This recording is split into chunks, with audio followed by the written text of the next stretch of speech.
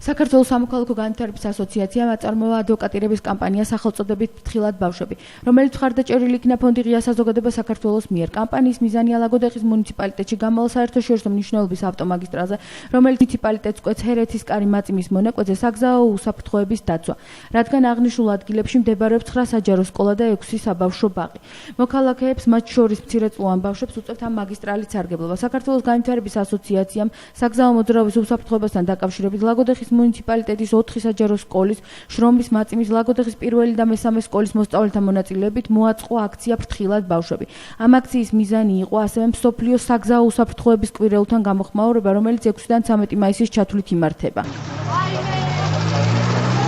მოგესალმებით თქვენს ტელემაყურებლებს, ჩვენი ეს აქცია მიეძღვნა მსოფლიო საგზაო უსაფრთხოების კვირეულს, რომელშიც ჩვენი ორგანიზაცია თავის პარტნიორად ამ შემთხვევაში ფონდი საგზაო უსაფრთხოებისათვის დაწერიან და ამ ორგანიზაციასთან და აღნიშნული აქცია სწორედ იმის მიზნის მატარებელი გახდათ, რომ ლაგოდეხის მუნიციპალიტეტი უერთდება ამ მოძრაობას და ზოგადად მოუწოდებს მწვერვალებს, მოუწოდებს ქვეითებს ამ შემთხვევაში ყველას,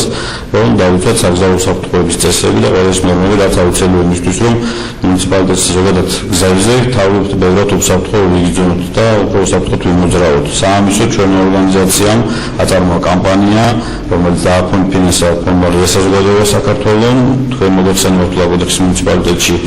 მთელს საერთაშორისო მნიშვნელობის გზაზე, რომელიც ჩვენს მუნიციპალიტეტში გადის, განლაგდა ახალი ნიშნები, გამაფრთხილებელი, ასევე დაყენდება სულ მალე სიჩქარის შემოფერხებელი, ესე ვთქვათ, ბორცვები და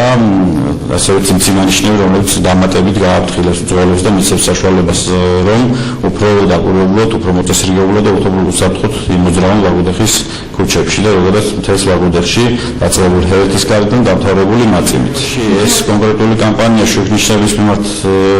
კონკრეტულად არ იყო მიმართული, იქნება მინარე, რომ ჩვენ ძირითადი აქცენტი გადატანილი გქონდა ამ შემთხვევაში საავტომობილო დეპარტამენტზე, რომელსაც ეკუთვნის აღნიშნული გზა და როგორც ვიცით და კანონმდებლობითი გათვალისწინებული აღნიშნულ გზაზე შუქნიშნების დაყენება ამ შემთხვევაში არ არის კონკრეტულად ამ უწყების პრეროგატივა. თუმცა ჩვენი ორგანიზაციამ მართლა პარტნიორებთან ერთად გარკვეული, ასე ვთქვათ, მითითებები და გარკვეული შენიშვნების სახით და რეკომენდაციის სახით თქვათ მისცა უკვე ადგილობრივ მუნიციპალიტეტს, რომელსაც ხელეწიფება აღნიშნული შუქნიშნების მოწესრიგება, ეს არის მათი პრეროგატივა და იმედი გვაქვს, რომ ამ კუთხითაც ვიმუშავებთ და იმედი გვაქვს, რომ აღნიშნული საკითხიც მოგვარებული იქნება ადგილობრივი ხელისუფლების მიერ, იმიტომ რომ ეს მათი პრეროგატივა და მათი საკითხი და მათი საქმიანობა.